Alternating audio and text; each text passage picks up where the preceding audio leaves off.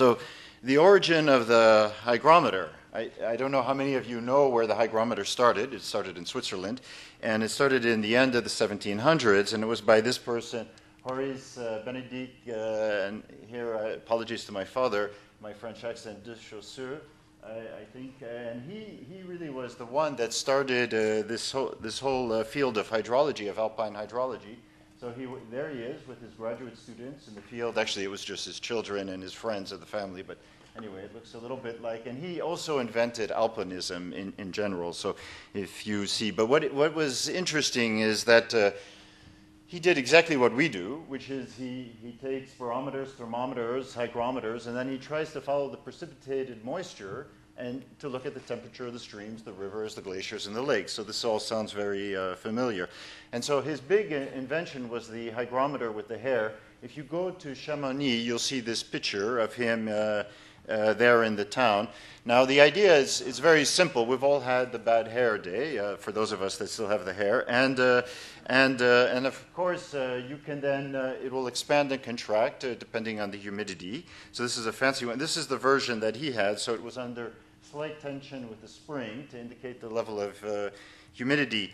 Now, we've been trying quite a bit in the field to try to think about how we can measure across the landscape. And you want things, the nice thing about this hair is it doesn't require electricity, it's cheap, cardboard, metal, and so forth. The other problem, though, there are some drawbacks, is that the accuracy is pretty lousy, and at the extreme ends, at the very humid or very dry end, it doesn't work. So that's also a little bit our problem. Now, why do I bring him up? Beside the fact that it's important in terms of measuring water vapor in the atmosphere, it turned out that this watershed where we're going to be, I'm going to talk about briefly right here, was actually, this was actually where he worked, as it turned out. And so I thought that was, we always think that we were maybe the first to do field experiments. No, you can go back and see these. This is a picture of Stephen and Holly Oedroyd, Marc Calaf, and Marc Diebold in the field.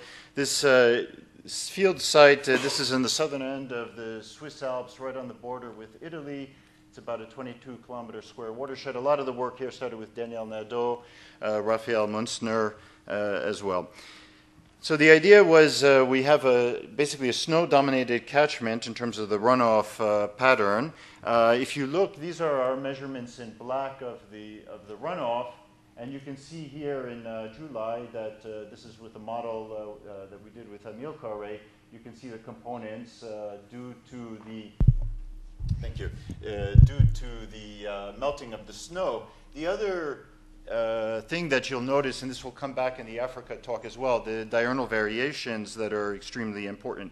We also have the remnants of a fairly large glacier that's there. If you look later in the season, we still have these diurnal wiggles that are appearing, but these are now appearing because of the melting of the glacier. Most of the snow has disappeared. Now, one of the problems is, of course, nobody is gauging these rivers for you, so you have to do it yourself. And so what we did is we started a few years ago, and we measured basically the discharge using the salt dilution method, which I think some of you have probably played with. And then you measure at different times the water level height. And then we can assume that we can fit a curve through this, and that just measuring the water level height, we're going to get the discharge. Now, the big problem in this watershed is you go out 1 year and you get these blue dots, and then you go another year, you get the red, and then another year, the green. And the problem, of course, is that in these kind of alpine environments, you have rocks and boulders and sand and so forth moving around quite a bit, and so we have quite a bit of scatter, and it's basically shifts in the different years due to the sediment transport. But Stephen, one day, I don't know if he was bored, but he found a very interesting result, which was, so these were these same 3 years, and he looked at the electrical conductivity, and then he looked at minus the log of the discharge. And for the 3 different years, you can notice that, boom, they're right on top of each other, and this is I don't know if other people have noticed this before, but this is a very interesting thing, because what you can do is you can actually, now on our estimates of the discharge, what we can do is instead of just using, say, the curves based on the height, we can also use the information from the electrical conductivity. So, for example, if you had measured this water level height, you went up to this black curve, you decided not to just separate it for the given years, and you would go over here, you would have then the discharge. And it's interesting, so this would be a PDF of that distribution associated just with the observation of the height. If you actually went up to your measurement height where you had a measurement at that discharge and you went over, this would actually fall more in line with what you would have if you just used the electrical conductivity. And if you combine the two, you actually get this PDF here in the red. So it's nicer, it constrains it, but it's still actually quite a bit of a width there.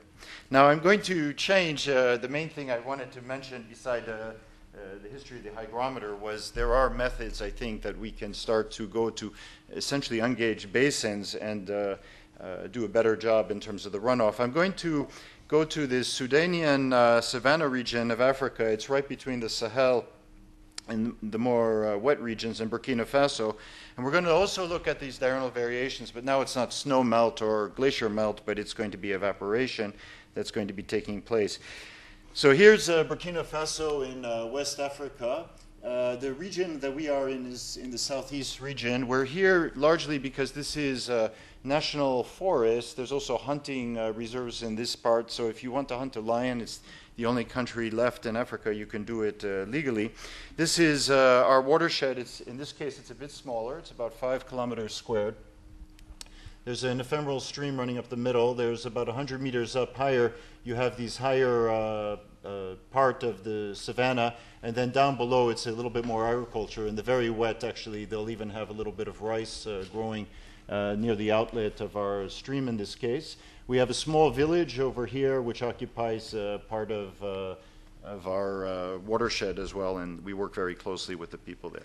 And so basically we put out arrays of weather stations, eddy correlation stations, and we monitored the stream flow. We built our own flumes in this river at a couple of locations. So you have basically 8 months pretty much very dry, and then you have 4 months of extremely wet kind of region. So just some pictures at different points within this catchment. So the people involved, Natalie Sepperly on your left, and Theo Mande on the right, and then we have a colleague in the village, Drummond Kabore, who works with us. This all happened because of, in large part, because of this guy here. This is Scott Tyler, who was also very tough and strong in the field. He installed, for example, this eddy correlation system up above the forest, and at one point Scott was at the end of this tower and he had all these kids holding him down so that he didn't end up going down the cliff. It was a pleasure to work with Scott there. These are a view from the top looking down over our catchment. Some pictures from the top. I'll just show you the wet season, of course, nice green grasses, lush trees, and of course then slowly the drying season happening. You'll see fairly rocky soils in parts. There are a couple of springs that are, so you can see a little bit here, the reflection of the water, that are very important in terms of almost year-round there's a little bit of water in these springs, and then of course in the wet season you can have some nice runoff. And then the ephemeral stream itself, this is when it was fairly quite a bit of water in the river and moving down. Just in terms of a time series of the NDVI, so this is the region, again, highlighted in the red square where we're located in the southeast, and then looking out over our watershed, we have the typical patterns that you can see. You can also time it actually very nicely when we had the agricultural harvest, and then when we had the peak in the wooded savanna coming, and then, of course, the gradual dry down again. But basically what I want to talk about are basically the stream flows, and I'm going to pick on 2 years. 2011, unfortunately, was a very serious drought year. It was around 300 millimeters. Typically, it's around 800 millimeters that we're getting of rainfall. You can see, basically there's the early season convective storms. You get these sort of flash flood runoff events. Then finally, at some point, there is almost persistent water that's measured in the stream. There's an early part, and then there's a later part that I'm going to talk about. So here's just looking in some more details. These are sort of the events. The red lines are going to be the upstream weir, and then the blue lines are the downstream weir. So you'll notice the kind of patterns. On occasion, we'll actually have more water up at the upper end of the catchment than we have down at the bottom, so it's obviously a losing stream. But typically, we'll have these situations where you have more water coming out at the bottom than we'll see at the top. The other thing is in the village, we monitored water tables, so you can see here the very rapid development of the water table up in the village. The village, of course, was higher altitude compared to the stream, so it was actually, the water was flowing the correct way. The energy balance over the field, if you just look in the dark blue, that's the latent heat flux, and so it's very, you're coming off the dry season, you can see it's quite small. Then it seems to respond fairly quickly, and then during the wet seasons, of course, it's the largest term in the energy balance. Okay, so we have these two periods. You'll notice, of course, the diurnal variations later in the season. So this in the yellow here, in this yellow square, you'll see downstream we'll have more water than we'll have upstream. And then if we look at the earlier part of the season, you will have this period where you have more water actually coming in, draining from the top, and then it will actually leave the stream and go out. So I'm going to take the period, which is typical when we have quite a bit of water. For a variety of reasons, we also monitor the water table right in the stream itself. And so you can see these are periods where actually the water table had come up to the surface and was actually now, corresponding to the height of the water in the stream. So this was below, this was about, you see it's fairly shallow still, it's around 25 centimeters, and then maybe a little bit higher down below. And this is just the evolution of the water table. So we're really just looking in this section over here where the water has come up. And it doesn't take a lot of imagination, but you see the diurnal variations corresponding to the measurements with our eddy correlation time series. We can look a little closer. Of course, we have for given days the evaporation. And for those, and I think it's going to come because, we have also then the diurnal pattern in the stream flow that's being measured. And so what you can do is you can just simply ask the question, so the water I'm going to be losing from the stream and the evaporation, what kind of area does that correspond to in terms of contribution of the evaporation from the stream? And so you make the calculation, and for different days, you fairly consistently get an area that corresponds to around 20,000 meters squared, which depending on how long you want to say your stream is, but if it's roughly around 2 kilometers up, then you have on the order of about a section of about 10 meters that runs along the stream where the evaporation is taking place. So this is really sort of the contributing area that's affecting those variations in the flow. Now, This is actually, this part of looking at the data actually came about because of last fall's AGU meeting, and John asked a question that had to do with, Jim Constance had been looking at the effect of temperature on the water, affecting the viscosity and then changing the conductivity. So here we have the viscosity.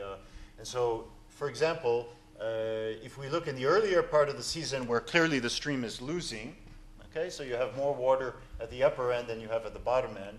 And you can see that actually at the upper end at this period, the water table was just reaching where we were up there. There were regions in the middle where clearly the water table had not made it to the surface. You can see that we have quite a strong diurnal variation in temperature. And if you take that temperature range, and you look over here, you can see that you can have quite an effect on the viscosity. We're on the part of the curve where we're relatively warmer than if it had been in the cooler shift, but that's quite interesting. So, for example, in this case, we just decided let's take the stream loss from the upstream, subtract what we have in the down, and this must be going away. We can, of course, subtract what must have been the evaporation, knowing the contributing area along the stream. And so then what's in red, or what's the remainder in red, must have been what was infiltrated between the top flume and the bottom flume. But we could repeat the analysis that we did at the beginning and say, look, let's calculate how much water loss we have from the flume. So this is the discharge loss, if you will. We could, taking that water loss that's in this plot here, and then subtracting what was the evaporation water loss, assuming that we still have the same contributing area that we'll have later on, that we solve for later on in the season. And you can see that we'll have quite a bit of water loss that's going out of the stream during the course of the day. And again, I show it to you here somewhat qualitatively, but you can see that the diurnal variation in the temperature does follow exactly like Jim Constance had shown for losing stream, that it would be following in this direction. The final thing, and this is kind of linked to the previous talk of Jeff McDonald, is we were also interested in, when, of course, we have this period where the catchment seems to fill up, and then we'll have the groundwater, but we'll have the early part of the season where it's really rainfall that's feeding the stream. And so at a number of locations, some wells, a number of wells over here, a couple of springs over here, and then 2 trees. We went and sampled the xylem on these 2 trees, and there's a whole procedure that Natalie followed. Eventually, we used this Picaro cavity ring-down spectrometer. For those of you, so maybe it was knowing Jeff was here too, it works if we compare it to mass spec. You can see that for water samples, we get so from the rain or from the river, things work very nicely.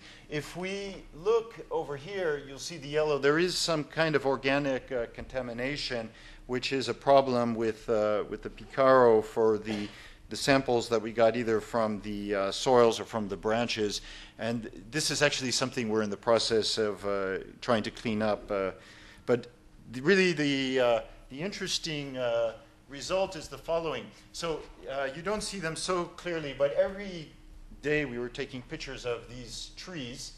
So January, February, March, April, May, and you start to see that the tree starts to green up already in March, April. Over here we have a plot of the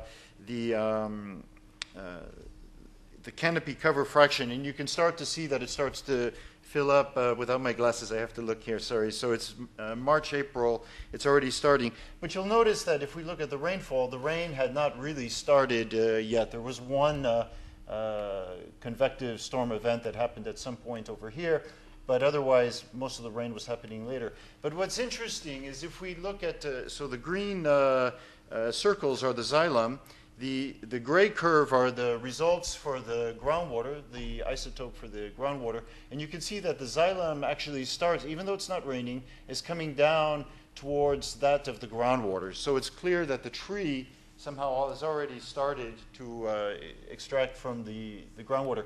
There is a number of points up here, and there are points down here. There is a lot of variability within a tree. If you start to sample the tree, whether you're in the trunk or whether you're in certain branches, there will be some variability in the isotopes. And you'll also notice that actually, because the tree is bringing the water up, you can actually see, actually in the soil water, some kind of reduction, change here also in the delta O18. Just looking, and basically the final plot is if we look at more the water samples, if you have here, okay, we have no rain in this section, and then we start to see the rain. You see in the circles the results for the rain. This is the convective storms, and then later you get this more kind of monsoonal kind of results over here. So this is fairly standard in terms of looking the trend in Africa in terms of the isotopes. If you look at the Streamflow results, you can see that the black dots seem to correspond more at these points to what's coming out of the sky, out of the rain. There are some big events that happened where we would actually have, again, what we would measure in the stream would seem to reflect a little bit more the rainfall. But eventually, at some point, you can see that very much what we're measuring in the river there corresponds to you know, exactly the same isotopes as what you have from the groundwater. So I'm going to, I realize I was the last speaker before lunch. I'm going to stop there. This field campaign has been possible because of two very special PhD students who were very strong, and I'd like to show this one little story about, this is my PhD student under a tree with 200 cow farmers.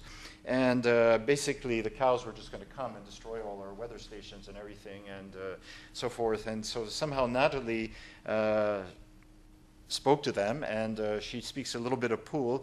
And anyway, we never had a problem. You can see with the cows, and they took them and herded them nicely. So with that, thank you very much.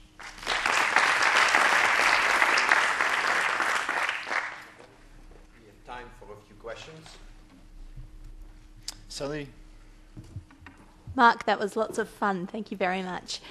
I wondered if you would, given your observations and given the background that Jeff gave us, I wonder if you would be prepared to speculate, and maybe this is not the place with summer dry deciduous trees, but in these seasonally dry climates more generally, what the potential role there might be for summer transpiration during the dry season, to create interannual variability through depletion of these groundwater stores. We do seem to have this interaction with a long memory source. I think it comes back to a comment of Emilka raised from yesterday. Yeah.